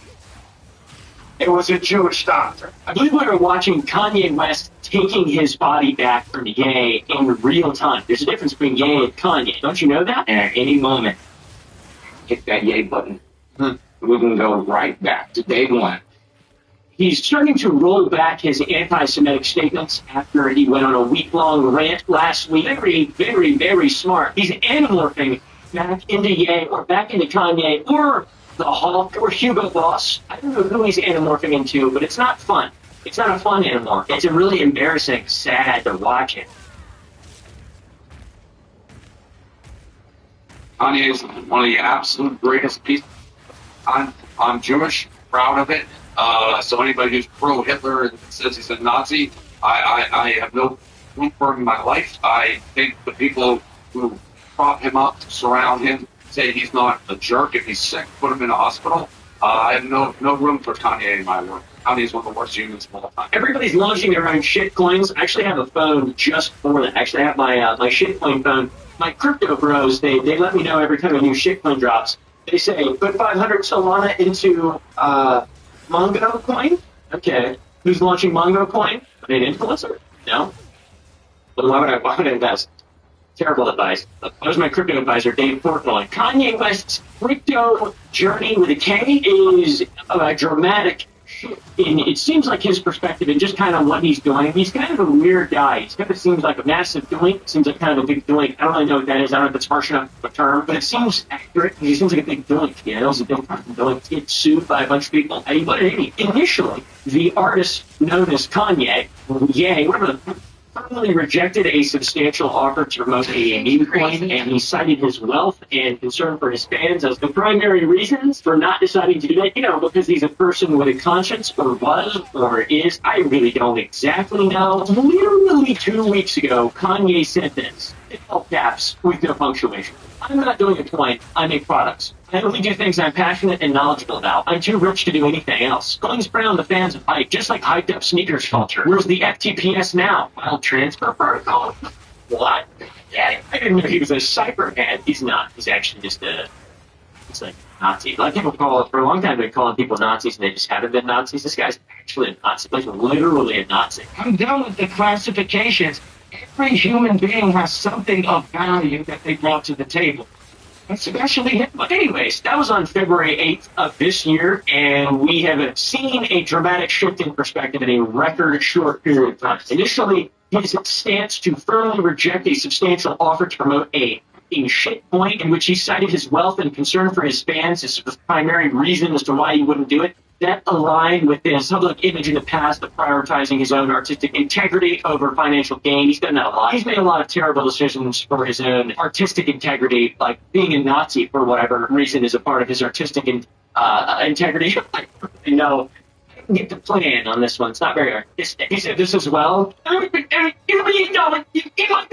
Those left of it. I said no and stopped working with a person who proposed, okay, pretty awesome. X promotional contract. 50K paid up front. You 1.25 paid you 16 hours. Pretty good deal. It was the promotion of a fake Ye currency. After the 8 hours you may post, my account was hacked. The post was not me. The company asking you to do this will be scamming the public out of the tens of millions of dollars. Epic win. I wonder how often that happens. How often that has happened. Guys, I got hacked. Dean Norris moment. Oh no, that's not good. I don't want to slander Dean Norris, but that's literally what he did. I don't know if it was a scam or whatever, but he promoted a coin and then said, guys, it wasn't me that got hacked. Now, according to inside sources close to Kanye, he plans on releasing a crypto project called Easy Coin. It's a scam, just like the other one. This one's just yields, probably like less of a scam to him, but it's the same thing. It's the official currency apparently for Yeezy products, sort of like coal mining script or Dave and Buster's bucks. He's effectively trying to create a Floridian closed ecosystem for his brand. So if you want to buy a swastika t-shirt, you've got to buy it in Yeezy Coin. Wow! Genius! Hey man, if you don't have your own share of tokenized, useless equity with no value, you're shit out of luck. You won't be able to buy a coin with the thing. Yeah! Gotcha. Gotcha. Hold on, I'm getting another call from Dave Portnoy. Easy Coin? It's going to be huge. Not financial advice? The Easy Coin, the currency, whatever the fuck it is. Kanye West, very reputable, stable guy. Are you hearing about slavery for 400 years? 400 years? That's not like a choice. Kind of like the Federal Reserve in a sense. He personally controls 70% of all the tokens, with 10% allocated for liquidity provisioning and 20% reserved for investors. You and me. Rug pull. It's a rug pull model. It's a distribution model that reflects the standard model for the modern day rug pull. That's a scientific term for people who take advantage of, it seems like idiots at this point. Really only idiots are being rug pulled. It's just gambling. It's another form of gambling. I don't know if I feel that good anymore. I'm starting to become black belt. Just saying. Just starting to become a little black belt rated on now, guys. Not feeling too good about it. Real sad. Give us out at GG advice. Andy. Or get sucked through a window again. Oh, shit. Looking at products not created new tokenized economies. Kanye. What the? What's even crazier is that Kanye West initially desired 80% and was negotiated down to the current 70% allocation. It's not uncommon for celebrities to negotiate for a higher percentage ownership because they're the face, the name, they're putting their own neck on the line, I guess. They're going to get Diddy or whatever, and then their lawyer's going to be like, nah, I can't. We can't deal with this. How about Diddy's lawyer? That is unbelievable. Such a high-profile case. Isn't that like the dream? Isn't that the Saul Goodman dream? What the? Anyways, Kanye loves Diddy, by the way. Just so you know. By the way, all celebrity coins are all scams. They're all rug pulls. It's all crime. It's all crime. Literally all. Every single one of them. I'm just going to go out on a limb and say that. Just go out on a limb and just guess that they're all crimes. No, they're all crimes. I can say it. They've all been crimes. The token's vesting schedule, which is a thing that happens for actual assets, it includes lockup periods for 12 months and attempts to mitigate immediate sell-off risks, but it still favors the control of the founder. The founder, by the way, is a mentally unwell Nazi, self-proclaimed Nazi, which is massively different than the usual Nazi. So even with the vesting schedule preventing early sell-offs, the longer that people buy into the coin, the more money Kanye West will make. So I don't really know, dude. It's so fucking dumb. That coin was supposed to launch on the 20th of February. It is now the 24th of February at the time of recording this, and it didn't launch. Unexpected development. Not good, guys. Not good. The coin was delayed because of what happened with the Argentinian coin, which if you don't know about that, the leader of Argentina, Javier Milei, just scammed a bunch of people. He promoted a cryptocurrency called Libra on social media. It surged in value, and then it was rug pulled and was fucking terrible. And it's just a bunch of pieces of shit who are in this world. I don't know what the deal is. Scammers. Has there ever been such a scammy thing that's ever existed? Like, if you were to throw a baseball into a field full of crypto projects, the chances of you hitting one that is not a scam is so little. It's so small. If you're just like scrolling on fucking CoinGecko and you're not looking at Bitcoin or any of the main coins, is it a scam? Probably. And if it isn't one of the main coins and it's like a higher end coin, for example, in Safe Moon from a couple years ago, which was supposed to be safe and go to the moon. Guess what? It didn't. They're all fucking scams. It's unbelievable how this is just such an evil world. People suck. This one was done by a president of a fucking country with the coolest sideburns ever, the ugliest sideburns in the world ever. The guy's sideburns are so hard to look at. He's such a hard to look at guy. I'm being honest. I usually don't try to make fun of the way people look. But my lord, that guy is. He looks like he smells like cabbage. He looks like Austin Powers. He looks like he smells like cabbage. It's really weird. And I feel like he's done some cool stuff, but I genuinely have no idea. I haven't looked. I saw him ripping down government organizations like a couple years ago off a little whiteboard, and I was like, oh, that's cool. Less bureaucracy, win. But now he's scamming people, like regular people. So I don't know if that's not a win. That's a loss. So I don't know what the fuck you're supposed to even, whatever. It's a club and we're not in it, or whatever people say. They're really smart. You know what I'm saying? You guys know what I mean? I don't really know what I mean. Shut up. Yeah, he does look like he smells like sauerkraut. He almost looks like Kurt Russell, but in like a disrespectful way. I shouldn't say it, but he kind of does. I love Kurt Russell. Kurt Russell's my idol.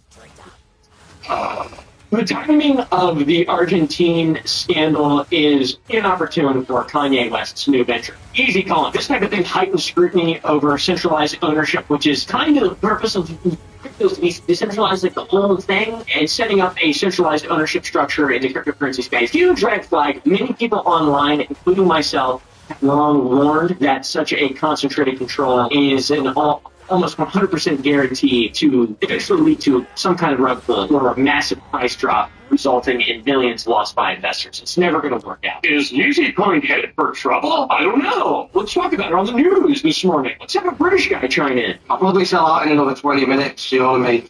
What's going on? Even being Jeff? No, I don't. Oh, it's on the ground. That's right, though. Oh, that's right. Dave Portnoy even drew some attention to Kanye's potential crypto coin collapse and scandal, which led to Kanye West calling out Dave Portnoy in a now deleted Twitter video. By the way, Dave Portnoy, 100% crypto scam. Like, legitimately. I have to get involved in something beyond Bitcoin. I see what Elon does. He's throwing levers. One day Doge is good, the next is bad. Bitcoin's good, Bitcoin's bad. It's time for me to choose a side. And I've done it. So he basically goes, hey, Elon Musk's manipulating the market. I can't do it because I don't have a big enough social media following, so I'll find my own market to manipulate. That's what this guy is about to do. And look, he's got a swastika here. It's a gas on that. I'm on night. Makes me laugh. You have kids, man. What are you doing, Dan? Come on, Dan. You dumbass. Are you wearing... Oh, hold on. Dave's calling me again. Chunk bucks? Interesting. Dave Portnoy, I don't know you. I saw you was tweeting. I have no idea who you are. What was going back and forth talking. But when you start talking about telling people that my coin is not real and trying to take my money, God, it's the last time we talked about my. What? Okay, thank you, Dave Portnoy and Kanye West. Dave Portnoy is an absolute idiot fool. It's just so sad. Also, Kanye West was cured of being a Nazi because of Adam Sandler or something, but all the tweets, it's such a confusing track record of what the fuck is going on. Nobody even knows what's going on. I don't even care. But I do know that Kanye's newest venture is a total dumpster fire. It's guaranteed to be a dumpster fire. Whether or not Kanye is aware of it or not doesn't prove that he can speak anymore. I have no idea who you are. We're going back and forth again. But when you start talking about telling people that my coin is not real and trying to take my money, God, it's the last time we were talking about it. He sounds sort of like Mike Tyson. Mike Tyson got punched in the head for his whole life, like 50 years, 60 years. And Kanye West just likes galaxy gas. So that's not good. Ryan Garcia is in jail. You don't want to just steal people's money. There's never been two those involved, which means you were a bad person. And also, my hair looks like a hat. There's no edit. There's not going to be an edit of that. They can't do that. They're not that talented. Maybe there was, though. Maybe there was an edit. Maybe I'm just hating on my own editors. All right, guys. So Kanye is quite unstable. Maybe that is one of the reasons that he's walked everything back. Or maybe it has something to do with the recent massive anti-Semitism. I was very aware of conspiracy theories. I'm very aware of the internet, how certain people feel about the Semitic relations of the world. You know, you gotta be careful when you talk about anything online, especially if you're not a, foot starter or what is it called? A provocateur. I don't want to provoke people for no reason. I like learning stuff and being entertaining and having fun, and none of those things that are political or politically adjacent are any of those things. So they're not interesting to me, but I'm still aware of what people are saying on every single side. And I'm very aware of history and how it's written in books. Right. So, I feel like I come to this with a certain awareness, and watching Kanye go on his rants, it's like, okay, well, you're obviously very wrong about a lot of things, but there's definitely going to be a large group of people who are, I think you're right, people who are on X and are watching, you know, really well-edited hype videos of people dressed in cute boss attire, and then there's just no sort of fact check or real relation to actual history, no respect for all the people who died over that thing, you know? And then you're going to have everybody else who isn't going to take it very lightly that this guy is deciding to just become an open Nazi, and there's probably going to be massive consequences. Being someone who is so involved in business, Kanye is probably trying to recoup some lost profit. Let's be real. He's going to be walking back to the anti-Semitic stuff. He's got to. You can't do that. You can't do that. Just because you're Kanye West doesn't mean you can do that. You are not some kind of person immune to everything. Eventually, you'll have to scan your audience to be able to get out of that. Oh my god, it's so fucking insane the world we live in, man. Sorry, Dave, not right now. Kanye is a bro who's always changing his mind. That's right. You're not Hitler. You're not a Nazi. You don't deserve to be called a demonized. Well, I see good things about Hitler also. It showed that he walked back his crypto stance, probably because of his anti-Semitic stance. It still remains to be seen how terribly the crypto thing will shake out, but it seems in a larger sense he changed his mind on the anti-Semitism as well as crypto in just a short period of time. He's been a very controversial guy for quite a while. He's been vocal on social media with his pro-Nazi and anti-Semitic rhetoric for quite a while. We talked about the swastika shirt that he's selling on his website, and that's taken down now after Shopify stopped working with him and shut down the page. He purges his social media posts every couple days and then starts ranting over again. I don't know if it's like changes flavors of Galaxy Gas, but what exactly is going on? I don't know how many holes he has in his brain at this point. I don't know what his deal. What's this guy's deal? Am I right, fellow people? Like, is there a real world anymore where people just like other people? Not everything has to be so political and so conversation, so galvanizing, so extreme. I just don't like that. Like seeing it. You probably know like content's changed a little bit. It's because of all that stuff. I don't really want to feed into it too much. I really just don't like it. It makes me feel comfortable, and I feel like it's a life wasted. I really do. It feels like a life wasted. I'm not pleading authority. I'm not a Pleiadian starseed. I don't know. I'm just a Nazi. What? I'm a Nazi. I'm a future president.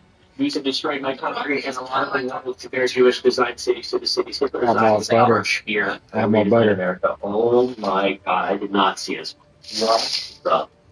I said a future president, not a future president. What does that even mean? I love Hitler. Now what? The Jews claim to be so oppressed and try to oppress me, and Elon's going to speak for another year, and you're just a Nazi. I don't know what's going on. I don't know what stuff is. This is sad. This is when I wake up and doing DEFCON 3 on Jewish. The funny thing is, I actually can't be anti-Semitic because black people are actually Jews. You guys have treated me and blackball anyone who ever been around for 10 hours. So, yeah, man. DEFCON 3 on Jewish people. That's old school Kanye. I mean, what does that even mean? Also, black people not Jews. Sorry. I don't think that has any sort of act. Your faces. History, some of the we all just like people. Shut up. It's 2025. Who gives a fuck? I'm from Virginia. Yeah. Shut the fuck up. What does it even mean? Nothing. It's really weird. A lot of the stuff just you have to ignore well-documented accounts of history. Real documented history that has not been tampered with and hasn't even necessarily been written by the victor. That's like a big thing. There are documents from people involved anyways. I love talking about history and how stupid people are to believe a lot of stuff. Really entertaining. Awesome. I love it. But that's for another video. Oh, y'all. Oh, wow. Kanye has officially self-reflected. No longer does he hate Jews, even after going DEFCON 3, which that's not a thing. It's DEFCON. He's done it. Adam Sandler actually, singing on Saturday Night Live's 50th anniversary show. While singing about the history of SNL and pop culture, Adam dropped the line 50 years of finding out your favorite musician's anti-Semitic. 50 years of finding out your favorite musician's anti-Semitic. And apparently that spoke to Kanye, particularly the your favorite musician part. After this, Kanye tweeted that if he was a hermaphrodite, he would himself is a. And then he said, Adam Sandler, thank you for the love, which is, I mean, Adam Sandler called him anti-Semitic. I don't really know. That's that. He's very talented. It's inarguable. Kanye West is incredibly talented. That's also being inarguable. Now, something important to note is that these tweets are in lowercase. And I've been recently thinking of Kanye sort of like Ben 10 or an Animorph. And you can determine who is Ye and who is Kanye by the capitalization of the social media posts. You can also determine which flavor of galaxy gas he's using. When the tweets are in lowercase, he's more rational.